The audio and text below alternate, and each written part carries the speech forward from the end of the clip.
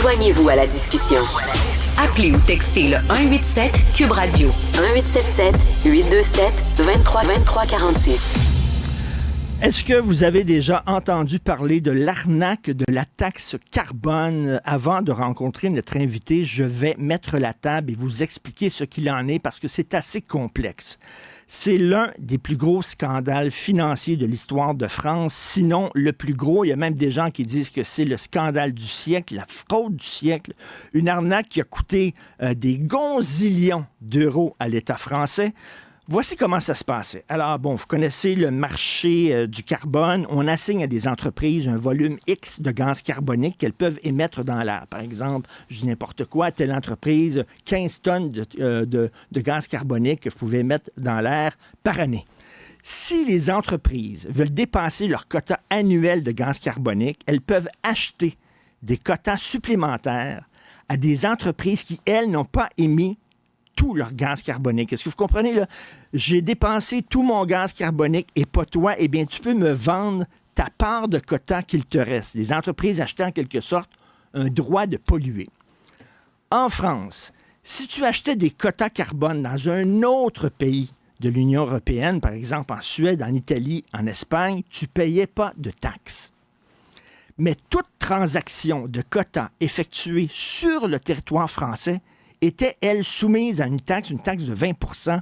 C'est ce qu'on appelle là-bas la TVA. Alors, ceux qui ont fait des fraudeurs particulièrement malins, particulièrement futés, particulièrement intelligents, qui ont vu une faille avant même que les États reconnaissent l'existence de cette faille-là, c'est qu'ils ont créé des sociétés bidons. Ils achetaient sans taxe des quotas carbone dans un pays autre que la France, la Suède, l'Italie, l'Espagne, et revendaient ces quotas à des entreprises françaises en appliquant la taxe de 20 %. Et là, bien sûr, le 20 % qu'ils ajoutaient au prix du quota, ils devaient le verser à l'État français. C'est comme la TPS et la TVQ au Québec. Si j'ai une entreprise, moi, et je perçois la TPS et la TVQ pour l'État québécois, bien, je dois reverser ces montants-là de la taxe que j'ai perçue. Je dois reverser à l'État. Ces gens-là disaient, bon, je vais percevoir la taxe de 20 %, mais je ne l'enverrai pas à l'État, je vais regarder dans mes poches. Donc, ils achetaient, mettons, des quotas en Suède pour 1 million de dollars, revendaient ces quotas-là à un marché français, à une entreprise française, une demi-heure plus tard, maximum, pour 1 200 000 $. Résultat, ils se mettaient 200 000 $ dans leur poche. Et là, je dis en quelques minutes, mais c'était même en quelques secondes. Et c'était versé automatiquement, pouf, dans le compte de la compagnie bidon. Ils faisaient ça 5, 10, 20 fois par jour. Après quelques jours, ils fermaient l'entreprise bidon qu'ils avaient créée, puis ils en créaient une autre avec un autre nom, puis ils recommençaient leur manège. C'est une histoire passionnante. Je suis obsédé par cette histoire-là. C'est ainsi qu'un petit groupe de fraudeurs ont pu encaisser des gonzillions d'euros en quelques mois.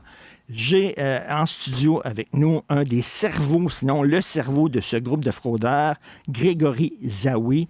Bonjour, M. Zaouy. Bonjour, merci de me recevoir. Merci.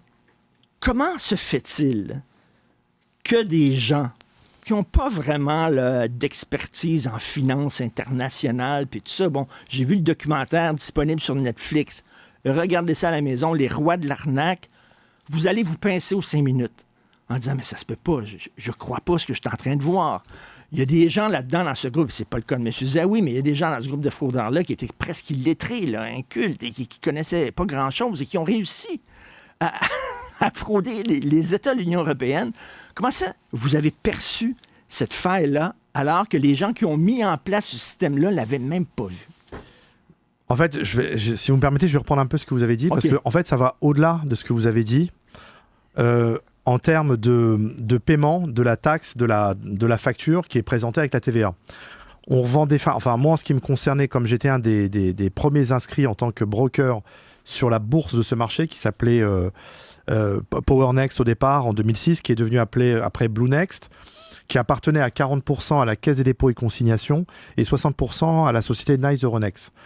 Pour vous situer, la Caisse des dépôts et consignations en France, c'est l'équivalent de la Réserve fédérale banque aux États-Unis. C'est-à-dire c'est la caisse, c'est la banque de l'État. Et si vous voulez, moi étant inscrit chez eux, je vendais pas à des entreprises, je leur vendais à eux. C'est-à-dire c'est l'État français qui me payait toutes les transactions, les quotas carbone que je leur vendais, avec cette fameuse 20% en plus, cette fameuse TVA. Et attendez, ça va encore plus loin que ça. C'est qu'on leur présentait une facture française avec de la TVA française et ils nous payaient ça sur des comptes chinois. Qui, je vous rappelle, la Chine est un pays qui est non signataire du protocole de Kyoto. Le manège, il a duré, sans faire de mauvais jeu de mots, parce qu'on appelle ça du carrousel de TVA en Europe, il a duré 16 mois en France. Parce qu'il a continué après dans d'autres pays. Parce que les Français, ça a été les premiers à avoir été impactés. D'accord ? Et moi, j'étais le premier à l'avoir fait. Et tout à l'heure, vous avez dit le cerveau. Enfin, moi, je me suis jamais auto-proclamé cerveau de quoi que ce soit. C'est juste, lorsque j'ai été jugé et condamné en septembre 2017, les magistrats qui m'ont jugé, ils ont dit Grégory Zaouï est l'inventeur, ingénieur, concepteur de la fraude à la TVA sur les quotas carbone. Donc, et après, à partir de là, tous les journalistes, ils ont repris le terme Grégory Zaouï et le cerveau, toute cette histoire, parce que moi, j'avais détecté cette faille avant tout le monde. Maintenant, pour vous répondre, moi, personnellement... Mais comment ça, eux, ils n'avaient pas pensé à cette faille-là? Ben, vous savez, je dis une phrase très forte dans le documentaire qui a marqué beaucoup de monde, même si elle est un peu vulgaire, mais elle a marqué les gens. Et des fois, vous savez, les gens, il faut les bousculer pour qu'ils comprennent. Vous savez, c'est comme les films de Scorsese. Si c'est pas violent et s'il n'y a pas de sexe, le film ne marche pas. Donc moi, ce que j'ai dit, cette histoire-là, c'est l'intelligence de la rue qui a baisé l'intelligence des grandes écoles. Parce qu'en face de nous... Exactement. Voilà, c'est ça. On avait en face de nous des énarques, des polytechniciens qui font partie des élites françaises qui n'ont rien vu venir. Et ce qu'il faut savoir, c'est que ces instructions-là de paiement qu'on leur donnait, enfin que je leur donnais pour payer la TVA française avec une facture française sur des comptes chinois, je le rappelle, pays non signataire du protocole de Kyoto, c'était les transactions qu'on envoyait des instructions par fax. Je ne sais pas si vous imaginez, ça veut dire qu'à la Caisse des dépôts et consignations, il y avait quelqu'un qui réceptionnait le fax qui était écrit manuscrit. Ce qui nous donnait comme une sorte de polycopier qu'on avait à l'école, et on remplissait la date, le jour, l'heure, le destinataire, enfin bref. Ça veut dire qu'il y a quelqu'un qui prenait la peine de saisir ce fax. Et les instructions, elles étaient quand même en millions d'euros, et plusieurs fois par jour, sur plusieurs clients. Il y avait quelqu'un qui les saisissait, puis il devait certainement le valider, et ça devait être survalidé par un supérieur. Ça veut dire dans la chaîne, il y avait plusieurs personnes qui suivaient cette transaction, et personne n'a sourcillé. L'histoire, elle a duré 16 mois comme ça. Mais c'est fou, et je reviens à cette phrase-là qui est intéressante, c'est que d'un côté, il y a des banquiers, il y a l'Union européenne, il y a des bureaucrates, il y a des technocrates, il y a des gens qui ont été formés, tout ça. De l'autre côté, il y a des petits escrocs qui font des petites combines dans la rue à Belleville, puis tout ça, qui vont manger des shish kebabs sur l'heure du midi, qui font des combines de téléphones cellulaires et tout. Puis qu'eux ont réussi à trouver l'affaire que ces gens-là, hyper intelligents, hyper formés, ne voyaient pas, alors qu'elle était grande comme une grotte devant eux. Non, ceux à qui vous faites allusion, en fait, c'est... Enfin, j'ai rien contre les gens qui mangent des kebabs et qui habitent dans les quartiers parisiens pas très chics. Parce que moi, je viens de banlieue, enfin de Paris. Si vous voulez, c'est que un jour, ils ont su que moi, je faisais ça. Et j'avais déjà ma réputation parce que j'avais fait d'autres choses, d'autres exploits avant celui-là. Et ils ont voulu faire comme moi. Donc, ils n'étaient pas inscrits en direct à la bourse. Ils sont passés par des brokers, comme moi, j'étais broker, pour pouvoir, eux, passer leurs ordres d'achat et de vente de ces fameux quotas carbone avec les achats sans TVA, avec des sociétés étrangères, ou alors achetés depuis l'étranger, et la vente en France avec de la TVA française. La TVA en France, ça veut dire taxe sur la valeur ajoutée. Il y en a partout, sur tout, et ils en ont mis sur cette bêtise-là. Et ce qu'il faut savoir, c'est que ils ont commencé à s'apercevoir de ce qui s'était passé en janvier 2009, et ils ont... arrêter d'appliquer la TVA à partir de juin 2009. Parce qu'ils ont vu que c'était là. Il y avait un problème dans les caisses, parce que c'est quand même une fraude qui a coûté, en gros, aujourd'hui, entre 5 et 7 milliards d'euros. C'est-à-dire que pour vous donner une proportion, tout à l'heure vous l'avez dit, et c'est vrai, c'est la plus grande fraude de tous les temps en termes de montant et de rapidité dans le temps. C'est ça, parce que Bernard Madoff a fraudé, mais c'était sur de longues années, etc., sur toute sa vie, toute sa carrière. Vous, c'est une fraude qui a duré un an et demi. Même pas. Même pas. Mais c'est pas ça que ça, Madoff. Je vous expliquais, Madoff, tout le monde au début avait dit oui, il y en a pour 51 milliards de dollars. Si vous avez vu le documentaire sur lui, moi je l'ai découvert il n'y a pas très longtemps, sur Netflix, en fait, c'était pas 51 milliards, c'était 19 milliards de dollars. Et sur les 19 milliards de dollars, ils ont réussi à faire un recouvrement à hauteur de 14 milliards. C'est-à-dire que la fraude Madoff, c'est 5 milliards sur 40 années. La fraude à l'État, la fraude au quota carbone en Europe, en France en tout cas, c'est entre 5 et 7 milliards sur 16 mois. Mais vous, personnellement, vous avez participé à frauder combien d'argent à l'État français? Bah écoutez, même moi, je ne sais pas. Je vous promets, je sais même pas parce que j'étais... Vous nagez dans le fric. J'ai commencé... Ouais, c'est-à-dire, j'ai pas réalisé... c'était tellement évident pour moi que j'ai pas... je tenais pas une comptabilité. C'est-à-dire, ça rentrait tellement que... voilà, des fois, j'avais besoin d'argent liquide. Je me faisais livrer à Paris par les Chinois des sommes que j'avais besoin, 200, 300 000 euros. Quand j'en avais pas besoin, ils me faisaient des virements ailleurs ou ils gardaient mon argent. Enfin, c'était... Est-ce que vous êtes parti au Québec, il y a une expression, on dit partir sur une balloune, c'est-à-dire partir flamber son fric, louer des avions, aller à Vegas, mener le gros train de vie. Là. Alors moi, paradoxalement, ce que vous avez pu voir sur le documentaire Netflix, moi je suis un garçon qui ne boit pas d'alcool, qui n'a jamais fumé, qui n'a jamais pris de drogue et qui ne joue pas aux jeux de hasard. Je ne vais pas au casino. OK, parce qu'il y avait une petite gang d'escrocs qui sont devenus multimilliardaires du jour au lendemain puis sont partis. Là, ils ont fait un peu n'importe quoi leur argent. Moi, n'importe quoi. Moi, ça n'a pas été mon cas. J'ai, disons, une autre éducation. Est-ce que vous trouvez que les gens qui, comme moi, paient régulièrement leurs taxes et leurs impôts, qui respectons la loi, qui sommes des citoyens exemplaires, est-ce que vous trouvez qu'on est cons? Pas du tout. Vous êtes des gens honnêtes et c'est totalement respectable. D'ailleurs, moi, je vais vous dire, j'ai fait 3 erreurs dans cette histoire qui aujourd'hui fait que je suis là devant vous. La première erreur, c'est l'avoir fait. Il fallait pas le faire. Mais l'occasion fait le larron. J'ai fait c'est une erreur, c'est une grave erreur. La deuxième erreur... Parce qu'on dit, la faille est là, et je peux seulement, de quelques clics de mon ordi, devenir multimillionnaire. Exactement. Moi, je poserais la question à des gens, est-ce que ça vous tente? Mais vous n'avez pas besoin de la poser, c'est que moi, les gens viennent à moi pour me dire, moi, je l'aurais fait. Mais moi, ce que je leur dis à ces gens-là, c'est est-ce qu'après, derrière, vous êtes prêts à assumer tout le SAV qui va avec? Parce que ça a impacté ma vie, ça a impacté la vie de ma famille, ça a impacté la vie même de ma belle famille, de mes amis, enfin d'un tas de gens. Même moi aujourd'hui, je suis impacté pour un... Oui, c'est parce que vous avez été pris. Mais bien sûr. Si vous n'avez pas pris, si vous n'avez pas coffré, vous auriez continué. Non, j'ai été pris, mais moi j'ai accepté puisque moi je me suis rendu à la justice. C'est-à-dire, moi, j'ai décidé de me rendre parce que je voulais... Après une cavale, quand même. Là. Oui, non, mais moi, j'ai décidé à deux reprises de me rendre. Je me suis rendu les 2 fois parce que je voulais en terminer et je voulais retrouver ma liberté. Et je l'ai fait. Donc, je vous ai dit, il y a 3 heures que j'ai fait de l'avoir fait. La deuxième, c'est de l'avoir divulgué à certaines personnes qui, eux, l'ont divulgué à d'autres jusqu'à que ça se retrouve dans les gens dans lesquels vous avez pu voir dans le documentaire Netflix. Et la 3e erreur, c'est d'avoir sous-évalué la réaction des pouvoirs publics. Parce que pour moi, si vous voulez, c'était tellement gros que l'État puisse me payer autant d'argent dans des pays tels que la Chine. Mais je me suis dit, le jour que ça va péter, c'est tellement honteux pour eux qu'ils allaient mettre la poussière. On voit dans le documentaire, parce que vous avez testé au début, lorsque vous voyez l'affaire, en disant, mais est-ce que je rêve là où il y a une possibilité de faire... Donc, vous avez testé, vous avez fait un test avec 30 000 euros. C'est ça.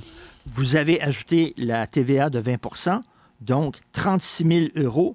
Vous avez empoché 6 000 euros en quelques secondes. Quelques secondes, oui. Quelques secondes. Clic, boum, 6 000 euros entrés dans votre compte de banque. C'est ça. Et là, c'est difficile de dire non après ça. C'est-à-dire c'est voit que c'est aussi rapide que ça. On a du mal à y croire, surtout. C'était aussi simple. Là, vous étiez, ça se peut pas. Il y a une attrape, il y a quelque chose. Là. Et c'est l'État qui me paye. C'est la Caisse des dépôts et consignations qui me fait le virement. C'est l'État qui me paye. C'est la banque de l'État, la Caisse des dépôts. C'est la réserve fédérale, l'équivalent aux États-Unis. Mais c'est ça un scandale. En même temps, vous avez fraudé, vous avez agi de façon malhonnête. Est-ce que vous le regrettez? Complètement. Si c'était à refaire, je ne le referais pas. Ben, vous avez de l'argent encore de caché, là. Si c'était à refaire, je ne le referais pas quand même. Je ne le referais pas. Mais vous avez de l'argent de caché quelque part. Vous le verrez dans la suite des Rois de l'arnaque. Je ne peux pas spoiler l'histoire. On s'en va tout de suite à la pause. On revient pour parler de cette histoire-là que je trouve absolument passionnante avec Grégory Zaoui. Richard Martineau. Les commentaires haineux prennent certains animateurs. Martineau s'en régale. Alors, nous sommes toujours avec Grégory Zaoui, le cerveau du scandale financier le plus important de l'histoire de France. Et je le répète, c'est une histoire qui, moi, me fascine. Je regardais ça avec Sophie, ma compagne. On se pince à toutes les 5 minutes. Ça s'intitule Les Rois de l'arnaque. C'est sur Netflix. Donc, Grégory Zaoui avec nous. 5 ans de prison. Est-ce que le jeu en valait la chandelle? Non. Non, je vous l'ai dit tout à l'heure, si c'était à refaire, je le referais pas. Non, j'étais condamné à plus que ça, mais sur à quoi j'étais condamné à 12 années de prison, qui ont été confusionnées en 8, et sur les 8, j'ai fait 5. J'ai même fait un peu plus que ce que je devais faire, et l'État doit m'indemniser d'ailleurs. Indemniser? Oui. Parfaitement. non. Ouais, vous avez fraudé l'État de gonzillions de dollars, il doit vous indemniser. Oui, parce que j'ai fait 10 mois de prison en trop, absolument. Il faut rappeler qu'en France, c'est pas un crime ce que vous avez fait, c'est pas considéré comme un crime, c'est un délit. Absolument. En France, il y a la nuance entre les crimes et les délits. Tout ce qui est criminel, c'est tout ce qui touche les viols, les meurtres, les homicides, enfin même pas les homicides, c'est les meurtres, les assassinats, le terrorisme, les braquages, tout ce qui a des armes avec des armes à feu. Tout le reste, c'est délictuel. Les délits financiers, ce sont ça va dans la case délit. C'est du tribunal correctionnel, c'est pas de la cour d'assises. Et ce qui est très important pour moi de dire, et ce qui est réel, c'est que les délits financiers, ce sont les seuls délits qui restent des délits réparables par rapport à d'autres crimes ou d'autres délits qu'on ne peut jamais réparer. Un délit financier aujourd'hui, c'est un délit qu'on peut réparer. Moi, j'ai beaucoup de gens qui m'interpellent sur les réseaux sociaux, qui m'invectivent, parce que ce qu'il faut comprendre, contrairement à la mentalité qu'il y a en Amérique du Nord ou dans les pays anglo-saxons, c'est qu'en France, on n'accepte pas la rédemption. C'est-à-dire, vous avez beau expliquer, moi je donne des conférences dans des grandes entreprises françaises. C'est-à-dire, j'ai purgé ma peine et maintenant... Voilà, j'explique comment ça s'est fait, surtout qu'il ne fallait pas le faire, j'essaye d'être le plus pédagogue possible, mais tous les jours sur Twitter, je me fais insulter... ta gueule, escroc, rends l'argent, voleur, tais-toi. Vous voyez, c'est-à-dire que moi, si vous voulez, aujourd'hui, je suis condamné à perpétuité, sans possibilité de remise de peine. Mais vous l'avez cherché, là. Oui, non, mais personne qui va pleurer sur votre sort, là. Non, mais j'ai été condamné, j'ai payé ma dette à la société. Oui, mais en même temps, je vous ai posé la question 3 fois. Est-ce que vous avez de l'argent encore de caché? Vous n'avez pas répondu. Non, je garde ça. Vous n'avez pas répondu. Donc, visiblement, vous avez de l'argent j'ai quelque part. J'ai des producteurs avec lesquels j'ai des engagements. Je ne peux pas spoiler une histoire. Okay. Mais la question récurrente... Vous allez sortir l'histoire. Vous voyez la question que vous m'avez posée, où ce qui reste d'argent, où elle est, qu'est-ce qu'il y en a, il y en a en pas. Oui. C'est la question récurrente que j'ai depuis des années. C'est sûr. D'accord. Donc à partir de là, c'est comme ça que j'ai construit la suite. Si vous profitez encore de votre crime en ayant à votre disposition de l'argent qui a été volé à l'État français, ben, vous êtes toujours un fraudeur, là, vous comprenez. Là. Donc on va savoir la vraie histoire bientôt. Eh ben, vous allez voir que je peux rien vous dire, mais ça va en surprendre plus d'un. Et votre question, elle est totalement légitime et on me la pose tout le temps. Vous savez, il y a des pirates informatiques qui, lorsque ils ont terminé leur carrière dans l'illégalité, soudainement travaillent pour les entreprises pour les aider à devenir plus sécuritaires. À la fin de ce documentaire-là dans Netflix, Les Rois de l'arnaque, c'est écrit M. Grégory Zawi a été approché par le ministère des Finances pour partager son expertise dans les dossiers de fraude financière. Il a refusé. C'est vrai, ça? J'ai été approché, j'ai été refusé parce que, si vous voulez, ce qu'ils m'ont demandé, ça s'approchait plus à être dans des systèmes de délation par rapport à des gens que je connaissais qui étaient encore dans d'autres fraudes. Et moi, ça, j'ai pas voulu. Moi, je veux bien apporter mon expertise, faire de la prévention. Vous vouliez pas, on vous demandait de faire de la délation. Ouais, c'était plutôt des trucs d'infiltration, délation, ça, je voulais pas le faire. Et là, c'est écrit, il a pris des cours, il est allé au cours Florent. Pour ceux qui ne connaissent pas, le cours Florent, c'est le grand cours pour devenir comédien en France. Vous voulez faire comme Bernard Tapie, qui est devenu comédien pour les films de Lelouch, entre autres? Ouais, enfin, j'ai toujours aimé, moi, le cinéma fait partie de mes passions. Ma passion principale même, donc oui, et j'ai fait ces cours pendant que j'étais en cavale d'ailleurs, sous une autre identité. Pendant que vous étiez en cavale, absolument. Pour devenir comédien. Moi, absolument. La question qui me fascine le plus, tous les gens qui ont participé à cette fraude-là sont visiblement des gens supérieurement intelligents. Vous êtes visiblement très intelligent parce que vous avez perçu cette faille-là dans le système. Et vous l'avez exploité. Pourquoi vous n'avez pas mis cette intelligence-là au service d'activités légales? Vous seriez, je suis convaincu, vous seriez devenu millionnaire de toute façon, visiblement. Oui, mais il n'y a pas eu la cloche encore. La cloche? C'est pas fini. J'ai 52 ans, j'ai encore des années, non, je mais l'espère, devant moi. À l'époque, là, oui, même à oui, l'époque, non, là. mais j'ai merdé, c'est-à-dire je reconnais, je suis pas fier de ce que j'ai fait. Je fanfaronne pas, je suis pas du tout fier de ce que j'ai fait. Bien, vous avez totalement raison. J'aurais pu faire beaucoup mieux que ce que j'ai fait. D'un côté, vous avez commis un délit, hein, parce que c'est en France, c'est un délit.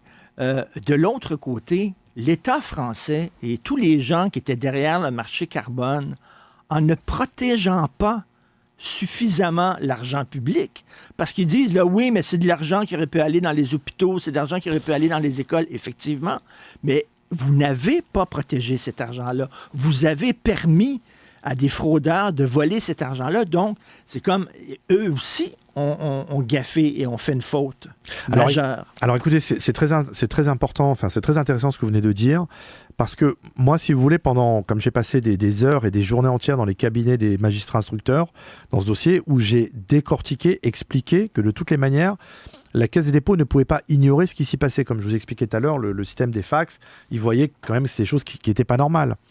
Et si vous voulez, il n'y a aucun magistrat instructeur. En France, voilà, il y a la justice, elle est indépendante, mais jusqu'à une certaine limite. C'est-à-dire qu'en France, l'État n'attaque pas l'État. Et d'ailleurs, la Caisse des dépôts, qu'est-ce qu'elle a fait au bout de 3 ans, quand l'enquête avait démarré? Ils se sont mis, pour se couvrir, ils se sont mis partie civile. Moi, dans mes procès, j'en ai eu 4, j'avais 2 parties civiles. J'avais l'État français, et en second, la Caisse des dépôts et consignations, qui, elle, a seulement demandé comme préjudice, comme réparation, 1 euro symbolique. Parce qu'ils avaient complètement merdé. Mais aujourd'hui, si vous voulez, avec tout ce qu'il y a eu, les séries, le film, les gens, ils comprennent.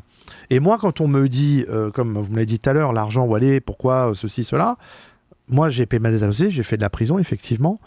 Mais moi, si demain, quand on me dit, oui, rends l'argent au voleur, je dis, mais si l'État, d'abord, moi, si je rends l'argent, mes 5 années de prison, il n'y a personne qui va me les rendre, ça, premièrement. Et deuxièmement, vous êtes assez stupide de croire que si jamais cet argent un jour était recouvré, que l'État français va vous faire un chèque ou bien qu'elle va baisser vos impôts. Et là, les gens, ils n'ont pas de réponse parce que... Oui, il y a 2 choses là-dedans. Premièrement, l'État français a agi comme, je ne sais pas, un banquier qui avait laissé la porte de sa banque ouverte. Complètement. Une fois la banque fermée, ça va chez lui, laisse la porte de la banque ouverte. Évidemment, les bandits entrent et se servent. Donc, il est responsable aussi.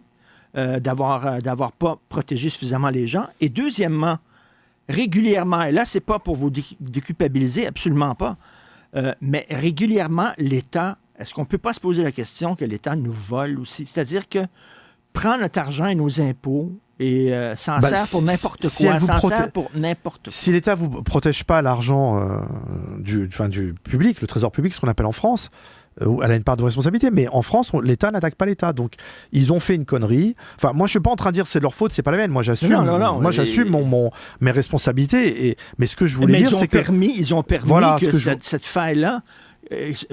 Moi, j'aurais bien voulu. Quand il y a une faille, c'est sûr que quelqu'un va l'exploiter. Dans le documentaire, il y a Nicolas Hulot, ancien ministre de la Transition énergétique, un personnage important pour l'écologie, tout ça.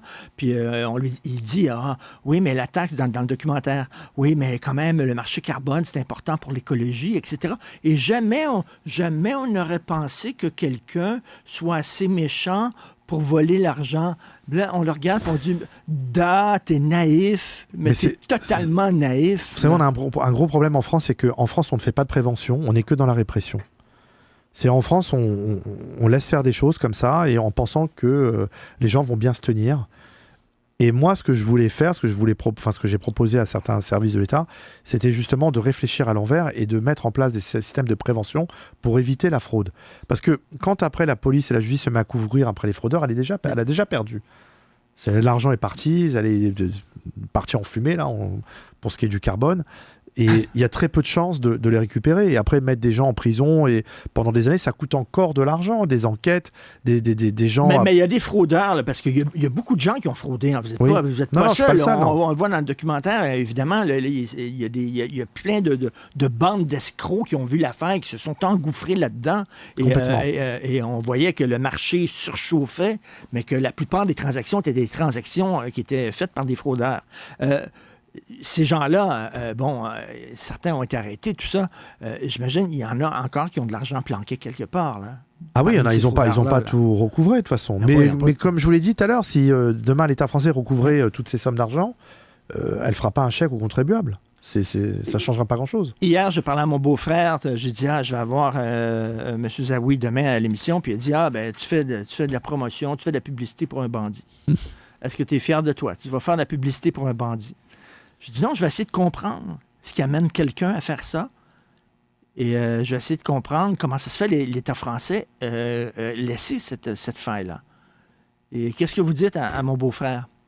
Qui dit, qu'il a raison. Tu fais de la promo à un bandit. Il a raison, mais moi, qu'est-ce que vous voulez que je vous dise? Moi, aujourd'hui, attention, parce que, vous savez, tout à l'heure, vous avez parlé de Donald Trump, vous étonniez que quelqu'un qui a affaire à la justice puisse se présenter à une élection alors qu'il est né aux États-Unis, qui n'est pas né aux États-Unis, mais moi, je me suis présenté à une élection pour devenir député. Et tout le monde m'a dit ce que vous avez dit tout à l'heure, la même réaction. Mais tu as été condamné, comment tu peux te présenter à une élection? Si les gens votent pour vous, ils votent pour vous. Alors, la réponse est simple. En France, en tout cas, aux États-Unis, je ne sais pas comment ça fonctionne. En France, tout ce qui n'est pas interdit est autorisé. Si je n'ai pas été condamné à être inéligible, donc je le suis. Ce qui était mon cas. Je n'ai jamais été condamné à être inéligible, donc j'ai pu me présenter à une élection, et là, je vais certainement me présenter aux européennes. Ça, c'est premièrement. Maintenant, concernant ce que votre beau-frère a dit, pour l'histoire de la fraude, moi, j'ai pas seulement été condamné à rembourser toutes ces sommes et à des années de prison, j'ai également été condamné à vie à ne plus pouvoir exercer d'activité commerciale. Je peux plus rien faire. Je peux même pas être auto-entrepreneur. Je ne peux plus rien faire. C'est normal. Et les seules personnes qui m'ont tendu la main en France quand il y a eu le documentaire Netflix, c'est dans l'entertainment. J'ai écrit un livre, c'est une maison d'édition, j'ai tourné 2 films, j'ai fait un spectacle, j'ai eu mon show, mon one-man show sur scène, j'ai également, je prépare une pièce de théâtre aussi pour l'année... Mais qu'est-ce que ça dit, ça? Qu'est-ce que ça dit, ça, que les seuls qui vous ont pardonné puis qui vous trouvent fréquentable encore, c'est les gens d'entertainment puis les gens des médias? Et puis il y a une raison économique aussi, c'est que c'est un sujet qui fonctionne. C'est un sujet, si vous voulez, parce que... Ça fait faire des clics. Vous savez, le premier selfie que j'ai signé de ma vie, que j'ai fait, c'était à l'époque des autographes, que j'ai fait, c'était à un policier. C'était le jour où je me suis rendu, je vous promets, c'était le 6 février 2019, je me suis rendu au palais de justice à Paris. Après, on m'a signifié mes mandats d'arrêt. J'étais mis sous mandat de dépôt, puis j'étais placé au dépôt. Il y a le policier qui était au dispatch, et il me dit « T'es là pourquoi, toi ?» Alors je lui dis, je suis là, je me suis rendu, c'est pour la fraude à taxe carbone. Il m'a dit, ah bon, c'est toi? Je lui dis, ouais. Et il prend mon nom, et il prend son téléphone à ce moment-là, et il tape sur Google mon nom. Et il y avait un tas d'articles qui venaient de sortir sur tous les radios. Et là, il s'est fait prendre un selfie. Grégory Zawi, machin, le cerveau de la taxe carbone, s'est rendu. Et il regarde, il me dit, oh là là, ah oui, c'est toi. Il me dit, est-ce que je peux prendre une photo? Il me tutoyait, hein. Est-ce que je peux prendre une photo avec toi? Alors je lui dis, ouais, allez-y, faites-vous plaisir. Donc vous êtes devenu un people. Attendez, donc on fait ce selfie et moi-même, j'ai la même réaction de votre beau-frère. Je lui dis, mais excusez-moi, il n'y a pas un petit problème là, vous êtes policier, là je vais en prison pour payer ma dette à la société, et vous êtes policier, vous êtes là pour faire régner la loi et l'ordre, et vous êtes en train de me dire, vous faites une photo avec moi? Écoutez sa réponse. Hein. Il me dit, moi, l'État, il me baise tous les jours, ça fait des années. Et ben quand il y en a un qui les baise, et ben je suis bien content, chapeau. Il m'a dit, vous n'avez pas violé, vous n'avez pas tué, vous n'avez pas fait couler de sang, vous n'avez pas volé des vieux, vous n'avez pas arnaqué des sociétés, vous n'avez pas arnaqué des gens. Bon, il m'a dit, l'État, elle baise tout le monde. Et ben bravo, félicitations. Ceux qui me baisent sont mes amis. Mais, moi, je suis pas d'accord avec ça, attention. Hein. Mais cela dit, quand on dit c'est de l'argent qui aurait pu être utilisé dans le système de santé à l'école...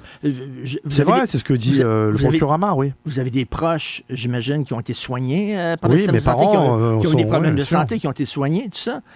Ben, le système de santé a besoin de cet argent-là. Si tout le monde se met à faire comme vous, on ne pourrait plus soigner les gens. Là. On ne pourrait plus éduquer les gens correctement. Mais ils ont qu'à utiliser les gens comme moi pour éviter de se faire baiser. Ça peut être pas mal. En amont. Mais écoutez, vous dites que vous préparez une pièce de théâtre. Oui, j'ai mon spectacle et j'ai aussi une autre pièce qui n'a rien à voir. C'est quoi le spectacle? C'est que vous racontez cette histoire? Oui, exactement. Mis en scène, absolument. Et d'ailleurs, la phrase d'accroche, c'est ils avaient qu'à faire attention.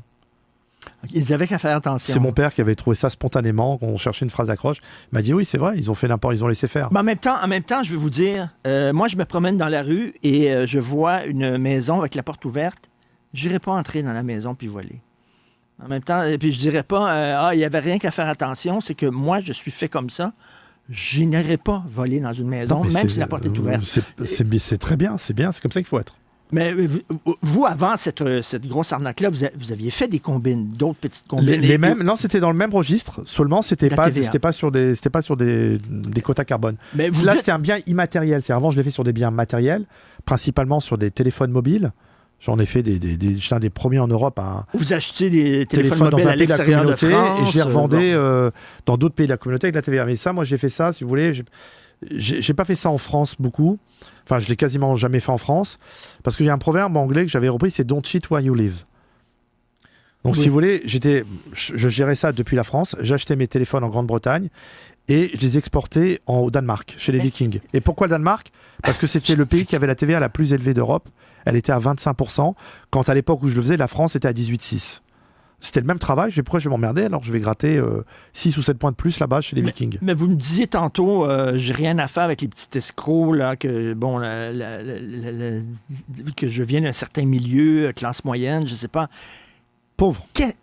Qu'est-ce qui vous a amené à la faire cupidité, ça? l'argent, la motivation de l'argent, de pouvoir offrir une vie meilleure à mes parents, à ma famille. J'aurais pas dû le faire, mais moi, cet argent-là, je suis pas Robin des Bois. Hein, j'ai pas donné à des pauvres.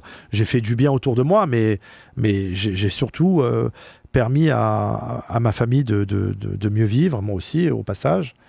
Et l'adrénaline, est-ce que ça comptait aussi? Est-ce que ça devient comme une drogue, l'adrénaline?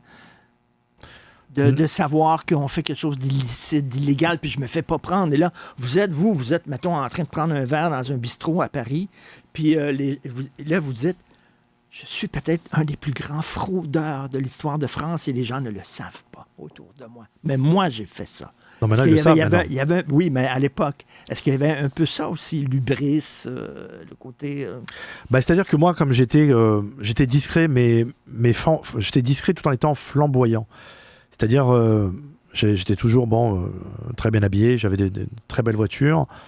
Mais pour vous donner un exemple, quand j'allais chez Mercedes ou BMW m'acheter une voiture, je demandais en la commandant, en la configurant, je ne voulais pas qu'il y ait marqué le moteur, pour pas qu'on sache que c'était un V12. C'était ma façon à moi d'être discret. Je ne suis pas... Enfin, vous savez, on dit que les marques comme Vuitton... Gucci, toutes ces marques-là qui sont très voyantes, qui valent cher, mais en fait, elles s'adressent à des pauvres qui veulent faire croire qu'ils sont riches. Les vrais riches, on voit pas ce qu'ils ont sur eux. Ils préfèrent la discrétion. Moi, je viens pas d'une famille riche, mais je faisais partie, j'avais cette vision-là du luxe. C'est-à-dire, il fallait avoir des belles choses, mais il fallait pas que ça se voit et que ça se sache. J'ai toujours été discret par rapport à ce que vous avez vu aux autres. Et en terminant, vous dites que vous aimez le cinéma. Je ne sais pas si vous connaissez le film Goodfellas oui, bien sûr, Les Affranchis. Oui. Les Affranchis. L'histoire d'un gars qui est devenu très riche avec la coke, il vendait de la coke. Et à la toute fin, il se fait pincer, on change son identité, puis il se retrouve, il y a un petit boulot quelque part dans un petit village. Et il dit, maintenant, je suis un schmuck comme n'importe qui. Ce gars-là avait un regard méprisant sur ceux qui se levaient le matin, puis allaient travailler, puis qui payaient leurs impôts, puis il dit, maintenant, je suis un schmuck comme eux.